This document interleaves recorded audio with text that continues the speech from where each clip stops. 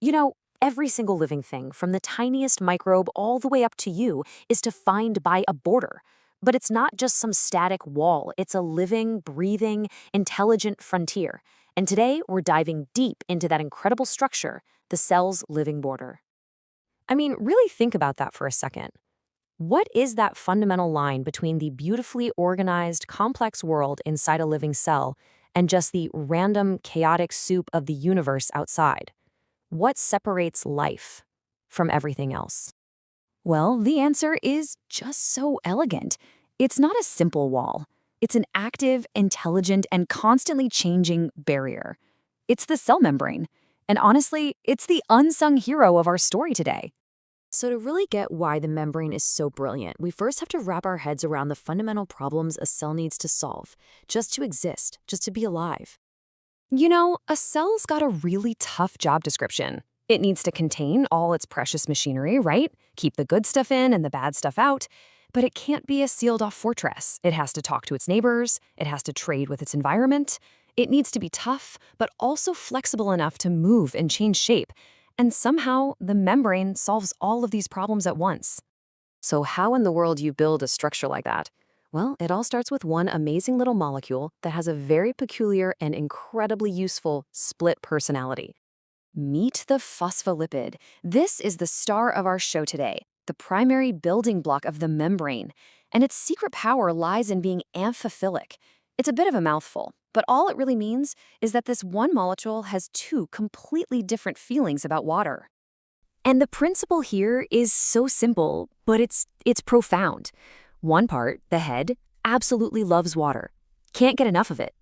The other part, the two long tails, are terrified of it. They're hydrophobic. And this simple love-hate relationship with water is the driving force that builds the foundational structure of pretty much all life. Because this is where the magic happens. When you drop millions of these molecules into water, something amazing happens automatically, spontaneously. The water-fearing tails frantically dive inward to hide from the water, clustering together, while the water-loving heads happily point outward, facing the watery environment both inside and outside the cell. And just like that, with no instructions needed, they self-assemble into this perfect two-layered wall, the lipid bilayer.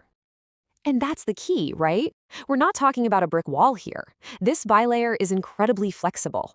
The molecules aren't cemented in place. They're constantly shifting, jiggling, and drifting past one another, creating a surface that's more like a thick, two-dimensional oil slick than a solid barrier. It's fluid. So you might be asking, how do we actually know it's fluid? With this really clever experiment called FRAP. What scientists do is first, they label the molecules in the membrane with a fluorescent dye so they glow. Then, they zap a tiny spot with a powerful laser, which bleaches the dye and creates a dark patch. But then you just watch. And what happens is, very quickly, that dark spot just disappears. Why? Because the surrounding, glowing molecules drift in and fill the gap. It's this beautiful, direct proof that the membrane is a constantly moving sea of molecules. All right, so a fluid wall is a great start. It's perfect for containment. But to be truly alive, a cell has to interact with the world. And to make this membrane truly functional, you need to embed some serious machinery into it. You need the protein power players. I love this analogy. If the lipids form the stage, then the proteins, they're the actors. They are the gates, the guards, the receptors, the communication towers. They do all the real work that gives each membrane its unique personality and its specific job. And get this, they're a huge part of the membrane. I mean, depending on the cell type, proteins can make up over half of the membrane's entire mass. So this isn't just a lipid wall with a few proteins sprinkled in here and there. It's a dense, bustling mosaic of lipids and proteins all working together. Now, these protein players, they basically come in two main flavors. First, you've got the heavyweights, the integral proteins. These guys are plunged deep into the membrane, and a lot of them span all the way across, acting like a bridge or a tunnel to the other side. Then you've got the peripheral proteins. They're more like consultants, just loosely attaching to one surface or the other to help out with specific tasks. Okay, so you've got to be wondering, how does a protein survive in that oily, hydrophobic core of the membrane? Well, they fold themselves into really specific shapes that cleverly hide all their water-loving bits on the inside and expose their oil-loving bits to the outside. Some fold into these flexible coils called alpha helices that can actually shift around to open and close channels. Others form these more rigid tunnels called beta barrels. But in every single case, their unique structure perfectly dictates their specific function. Form equals function. All right, so we've got our fluid lipid C, and we've got our protein machinery floating in it. But we're not done.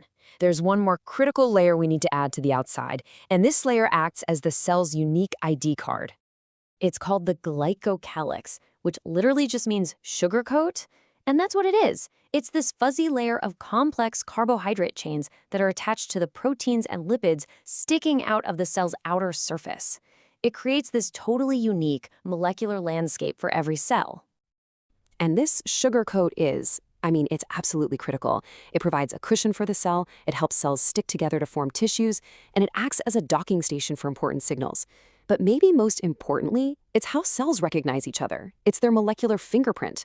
In fact, the avian O blood types that we're all familiar with, that's literally nothing more than slight differences in the sugars on the surface of your red blood cells. That's it. Okay, now for the fun part. Let's put all these pieces together, the fluid lipids, the hardworking proteins, and that sugary ID coat, and see what this incredible membrane can do when it's in action. Because when you combine all of these elements, you get a structure that is just a multitasking genius. It creates tiny compartments inside the cell, so different chemical reactions can happen without interfering with each other. It receives signals from the outside world and relays those messages to the inside. And of course, it meticulously, selectively controls every single molecule that tries to get in or out. But maybe the membrane's most profound, most mind-blowing function is something you'd never expect. We tend to think that life is all about balance, about equilibrium, but it's not. Real, living systems are the exact opposite. Life is about actively, constantly working to maintain a state of radical imbalance, a disequilibrium between the inside and the outside. And that entire energy-guzzling struggle is managed by the cell membrane. What does that actually look like in practice? Well, look at this number, -70 millivolts. That is the electrical charge across the membrane of a resting neuron in your brain. It is not zero. It's not neutral.